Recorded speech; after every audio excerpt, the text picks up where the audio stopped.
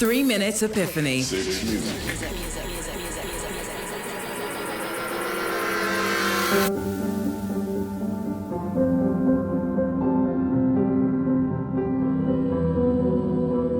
Yeah, my name is Agnes Obel, and and you're listening to Marianne Hopp's 3 Minute Epiphany.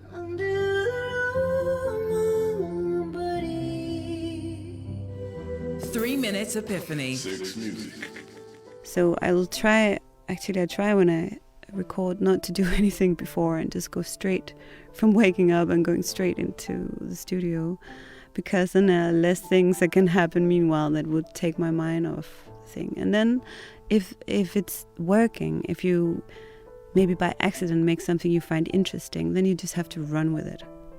I think things are working when you're not aware of anything or not even aware of yourself.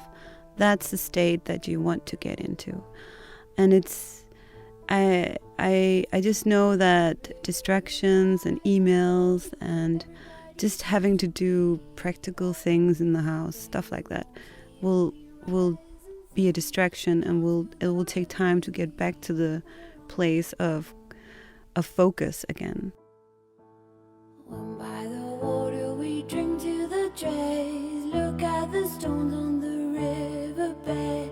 I can tell from your eyes you never been by the riverside.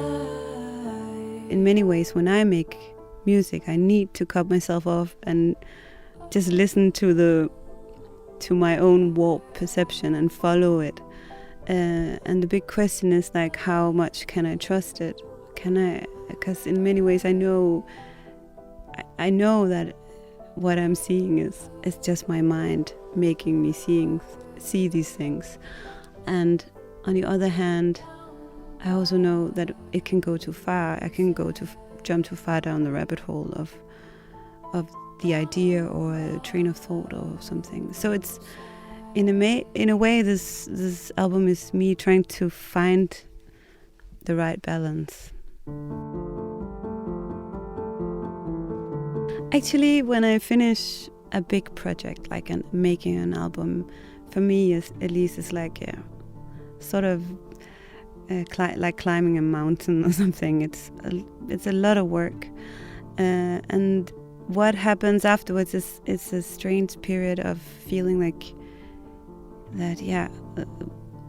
Sort of a very anticlimactic, actually. So I try to fill it up with something else, otherwise it just gets too empty. So the best trick I have is to go to the cinema, because the cinema is such a sensory overwhelming situation. You get like sound, a huge image, and like this very intense world is just right in your eyes, and you will forget, or at least it works for me, I will completely forget my own thoughts and the album, which I've been obsessed with for almost 2 years.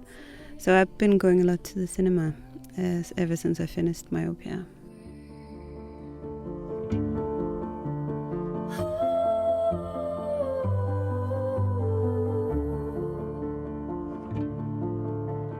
I also like old films, but I also want to see the new things. So, for example, I recently saw The Lighthouse, which is a new film, but it seemed kind of old because it was filmed on film, on an old kind of film, and was in black and white.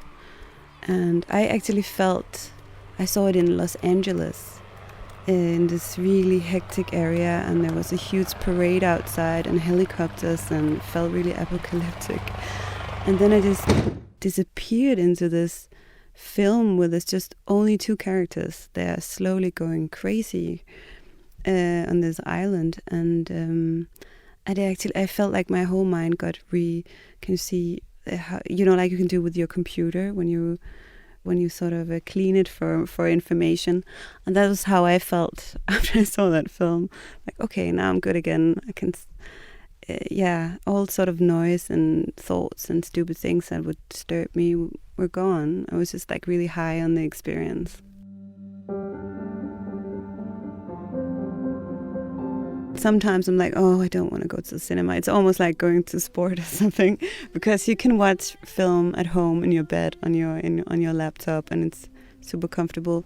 But as soon as I sit there in the dark and actually manage to go there, I'm so thankful, because it's like you can't do anything else. And especially when you go and see older films or more obscure films, like everybody else who's in there, like the cinema is always half empty, if not completely empty, and then it's always like really special characters who are watching these films, and you know you're with them in this dark room because you love films, and so it has this nice nerdiness to it.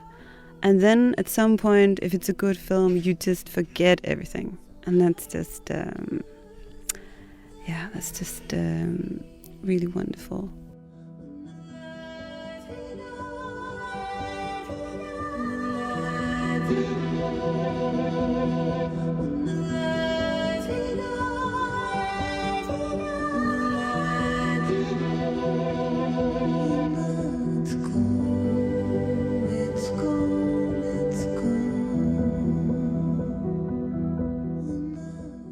Three minutes epiphany. 6 Music.